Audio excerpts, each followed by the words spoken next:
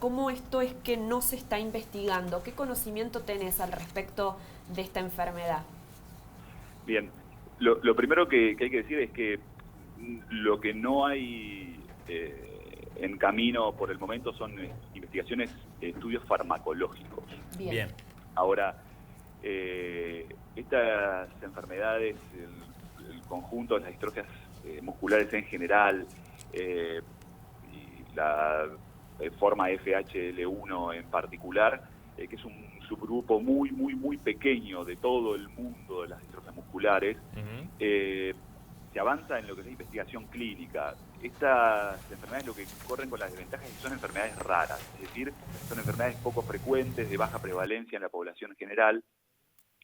Y para desarrollar un tratamiento efectivo para cualquier enfermedad, uno necesita reconocer muchos pacientes, entender la enfermedad, reconocer todas sus características, para poder establecer qué cosas son las que hay que tratar, qué cosas son las que hay que modificar para frenar el avance o curar una determinada enfermedad.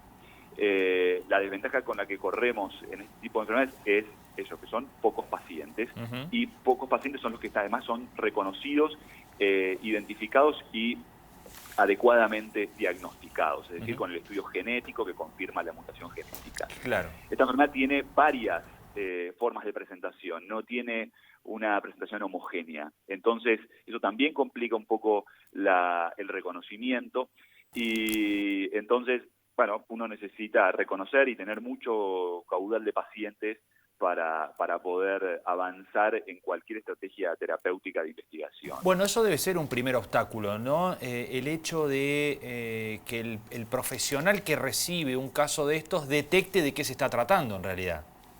Exactamente, y saber que lo que uno, la primera impresión tiene con respecto a que un paciente pueda tener un cuadro de debilidad muscular. A ver, debemos aclarar que las distrofias musculares son, como decía antes, un grupo muy grande de enfermedades Sí. caracterizadas por la presencia de debilidad muscular, de atrofia, de dificultad en la movilidad, y que generan una discapacidad motora progresiva, en mayor o en menor medida, pero eso podríamos decir en general para todo el grupo de las distrofias musculares, que estamos hablando de decenas y decenas de enfermedades distintas que pueden aparecer en cualquier momento de la vida, desde el nacimiento, en los primeros años de la vida, en la juventud, la adolescencia y la adultez, ¿sí? Bien.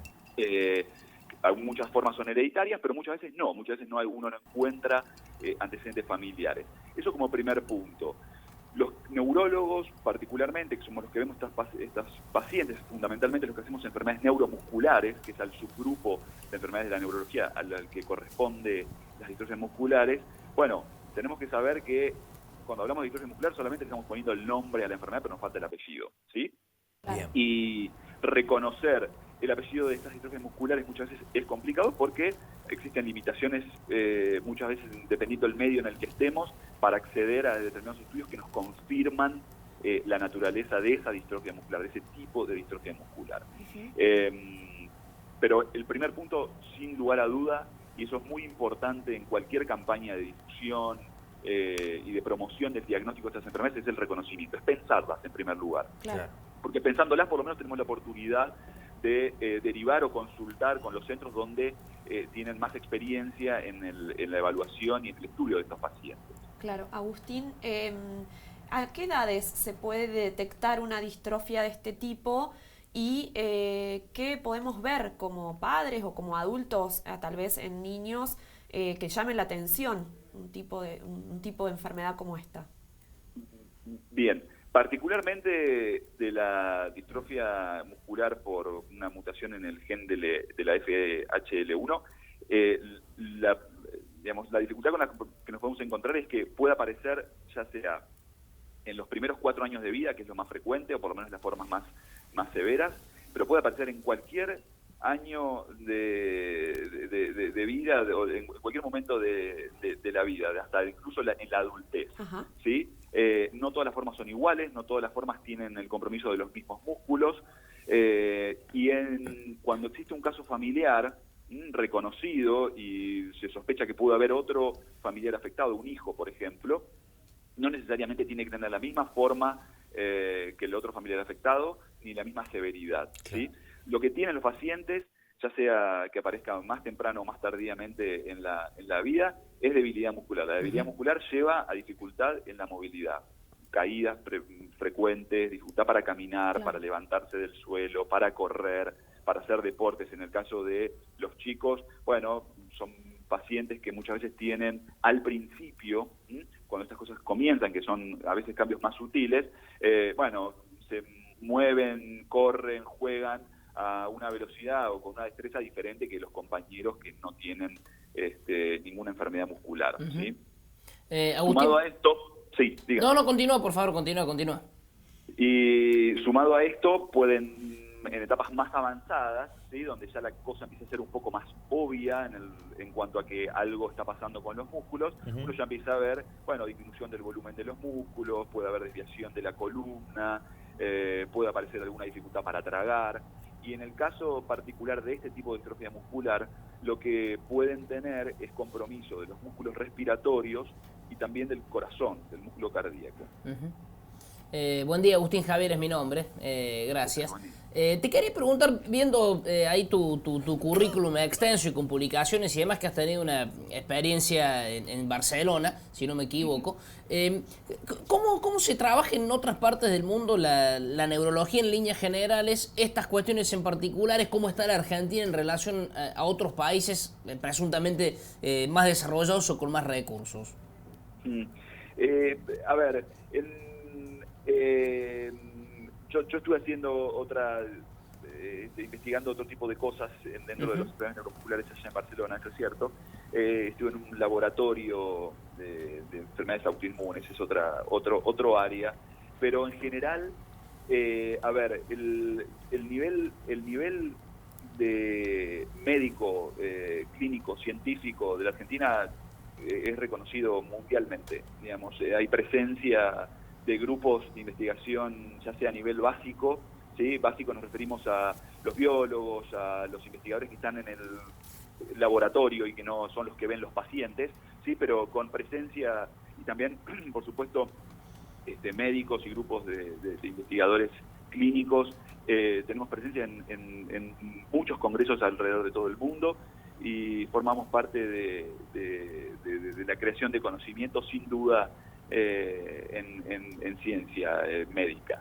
Si tuviese que decir alguna dificultad que tenemos en Argentina, es lo que llamamos la investigación translacional, es decir, un poco la comunicación entre lo que son los avances y el conocimiento y la investigación en ciencias básicas, ¿sí? Es decir, lo que ocurre en los laboratorios, y lo que pasa en los hospitales, en las clínicas, en los consultorios donde vemos a los pacientes enfermos. Digamos, no, tal vez lo que sería extraordinario que promoviéramos sería un poco la interrelación entre la ciencia básica y la clínica y la aplicada, ¿sí? Pero, a ver, la materia prima y sobre todo el recurso intelectual, científico, eso lo tenemos, sin duda. Es un país muy grande el nuestro, ¿sí? Y obviamente que no estamos bien distribuidos los médicos, los científicos, alrededor de toda la geografía de la Argentina. Pero bueno, se hace investigación en Argentina, se hace investigación básica, se hace investigación clínica, ¿sí? Y colaboramos también con grupos extranjeros en el conocimiento, participamos pacientes nuestros también en grupos colaborativos internacionales cuando se investigan grandes grupos de pacientes. Hay muchos de nuestros pacientes en Argentina que forman parte de esos grupos de investigación, lo cual no estamos tan mal como algunos o muchos creen. Claro. Agustín, ¿implica un esfuerzo extra de la comunidad científica y de los gobiernos llevar adelante investigaciones para tratamientos de estas personas con tan pocos casos, por lo que decías antes, ¿no? Sin duda, es que lo prioritario... ¿Hay un límite, acá, hay un número de casos que deberían manifestarse? ¿Hay un número para empezar a investigar esto? No, eso es muy variable dependiendo de la patología. Ajá. Digamos, hay enfermedades, obviamente, que uno necesita miles y miles de pacientes con diabetes para estudiar una diabetes, pero no necesitan miles de pacientes para estudiar una distrofia muscular. ¿Por qué? Claro. Porque no los hay tantos. Claro. ¿Sí? Digamos, Por eso es sí. muy variable dependiendo del tipo de patología, y en este caso mucho más aún en estos subtipos de distrofia muscular. Claro. Pero lo más importante, creo que es el mensaje que debemos dejar, es que, y lo interesante de esta entrevista y de la divulgación del conocimiento de estas enfermedades, es que tenemos que pensarlas y saber que podemos llegar al fondo de la cuestión en cuanto al diagnóstico. Claro. ¿Sí? Muchas veces los pacientes se frustran en el camino porque entienden que no hay forma de saber exactamente lo que tienen, que su enfermedad se conoce más o menos. ¿Sí? Eso hoy en día podemos llegar a diagnosticar estas y otras tantas distrofias musculares, porque ahora nos están escuchando posiblemente muchas personas con distrofia muscular, muy poquitas con la FHL1, pero muchas con distrofia muscular, con otras distrofias musculares. Claro. Y lo que hay que saber es que hoy podemos diagnosticarlas, hoy tenemos la posibilidad de hacer estudios de biopsias musculares, de estudios genéticos moleculares para confirmar estos diagnósticos, y eso sin duda que es un enorme aporte a la comunidad científica para avanzar en el conocimiento y eventualmente en el desarrollo de una estrategia terapéutica. Claro, las redes contribuyen a pensar estas enfermedades, como decís, ¿no? Sí, sobre todo desde la comunidad de pacientes, claro, ¿sí? Y de familiares de pacientes. Eso es muy importante, bárbaro, porque muchas veces son ellos y los propios pacientes y los propios familiares y amigos de los pacientes quienes promueven, ¿sí?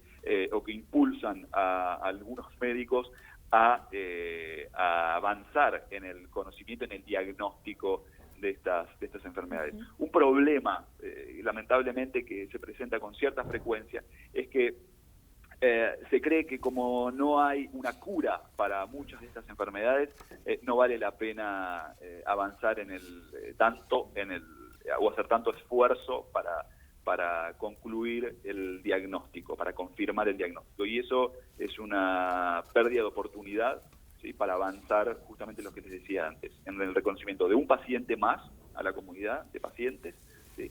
Y dar la posibilidad de entender un poco más la enfermedad y avanzar en nuevas estrategias de tratamiento.